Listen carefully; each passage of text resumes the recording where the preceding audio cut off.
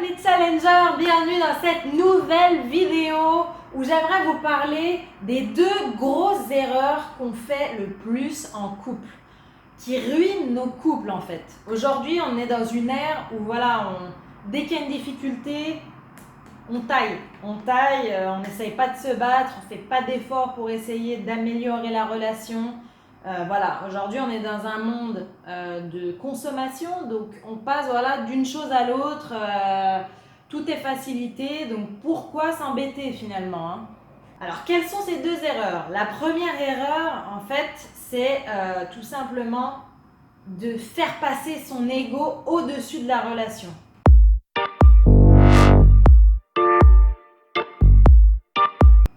Alors, faire passer son ego au-dessus de la relation, c'est simple, hein. Quand on regarde de toute manière les statistiques, qu'on s'intéresse un petit peu aux causes de divorce, de séparation, il y a finalement 2 causes qui ressortent, l'argent et le sexe. Et devinez quoi, l'argent et le sexe, c'est relié à quoi? C'est relié à l'ego. Et donc, forcément, si il y a des disparités de salaire, de revenus, etc. dans le couple, ou encore qu'il y a des décalages entre les besoins sexuels de votre partenaire et vous, forcément, l'ego est touché et tout de suite, des frustrations vont se développer, des émotions aussi vont nous submerger et on va avoir du mal à maîtriser tout ce qui se passe en nous finalement, parce que on va se sentir mal, on va se dire mince, elle ou il veut plus de moi, ou ah mince, j'en ai marre, il paye tout et moi je suis pas capable de payer autant, ça me gêne, etc. Ou alors la personne qui paye d'habitude plus va commencer inconsciemment à se sentir supérieure, à se sentir mieux que son partenaire, à prendre le partenaire ou la partenaire pour acquis parce que justement c'est elle qui a le plus de moyens. Tout ça finalement, les choses humaines, hein, naturelles, qui nous viennent à l'esprit et en fait qui bouffent la relation au max, quoi. Et donc c'est là où il faut faire attention de ne pas laisser gagner cet ego, de ne pas laisser gagner ces pensées négatives qui nous passent par la tête et surtout en parler.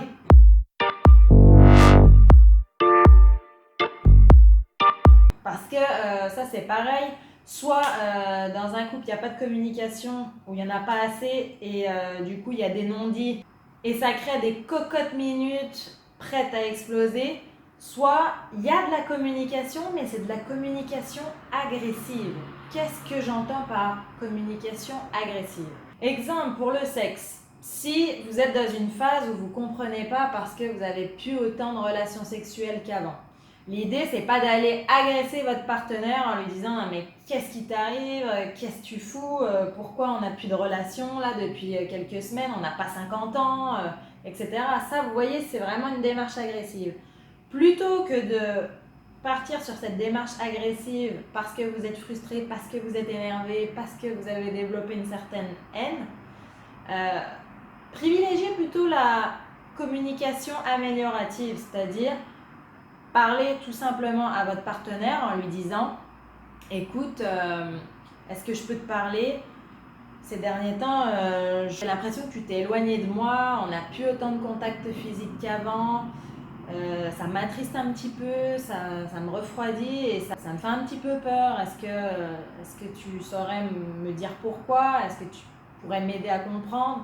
Vous voyez, beaucoup plus dans une démarche positive, dans une démarche de réelle compréhension et pas de faire style on veut comprendre en agressant et en demandant des comptes, mais plutôt vraiment en ayant une oreille attentive, de la patience et de l'indulgence, parce que dans un couple, on reste 2 personnes avec des vies différentes, des besoins, des humeurs différentes, donc forcément on n'est pas 100% en phase comme des horloges réglées, hein. Ça c'est impossible, donc il faut apprendre à s'ajuster, il faut apprendre à éteindre un petit peu ses états d'âme et à se pousser à communiquer positivement, vraiment, ça c'est très important. Il est important de dire ce que vous avez sur le cœur, il est important de ne pas garder ces frustrations à l'intérieur.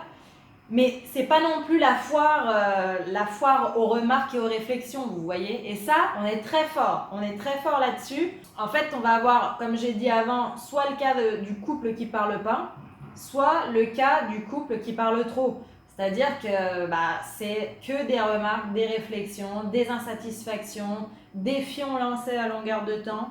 Et ça n'a plus aucun impact en fait dans l'esprit de votre partenaire. Il n'y a plus de réception, vous voyez, il n'y a plus de réception de la part de votre partenaire, il n'y a plus d'écoute.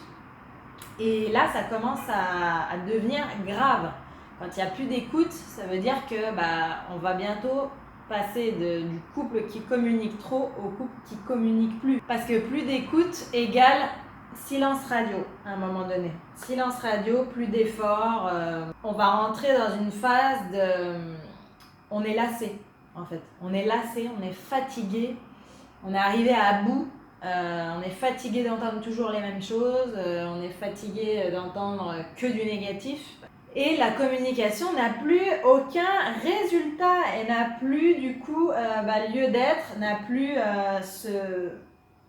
cet impact positif qu'elle devrait avoir dans un couple, parce que on en abuse, parce qu'on en exagère. C'est comme tout, il faut savoir trouver le juste milieu, il ne faut pas tout balancer, hein. Faut aussi savoir en garder un petit peu pour nous, savoir analyser, jauger quand c'est vraiment important de quand ça ne l'est pas. Et attention, un abus de communication, ça veut dire que vous êtes en train de vouloir changer ou de vouloir contrôler votre partenaire. Donc vous voyez, c'est vraiment signe d'une relation malsaine là. Donc voilà, c'est vraiment un point énorme de vigilance à avoir dans votre couple si vous voulez vous épanouir avec votre partenaire. Il faut arrêter de vouloir que ça se passe comme on l'imagine dans nos têtes. On est à deux, on n'est pas tout seul. C'est impossible. Il faut soit on accepte la personne comme elle est, soit on ne l'accepte pas. Mais on n'essaye pas de la changer ou de la contrôler à travers une communication abusive. Voilà pour les deux principales erreurs que l'on peut commettre en couple aujourd'hui. Faites bien attention à ça. Si vous voulez avoir des relations de meilleure qualité, travaillez là-dessus. Il faut voir vraiment ça comme le fait de sortir de sa zone de confort. Essayez de voir ça comme un challenge. Sortez de cette zone de confort. Le couple, c'est pas que la vie en rose, c'est aussi des moments où il faut savoir justement communiquer de manière constructive, positive, arriver à trouver sa manière de faire avec son ou sa partenaire pour vivre en total épanouissement.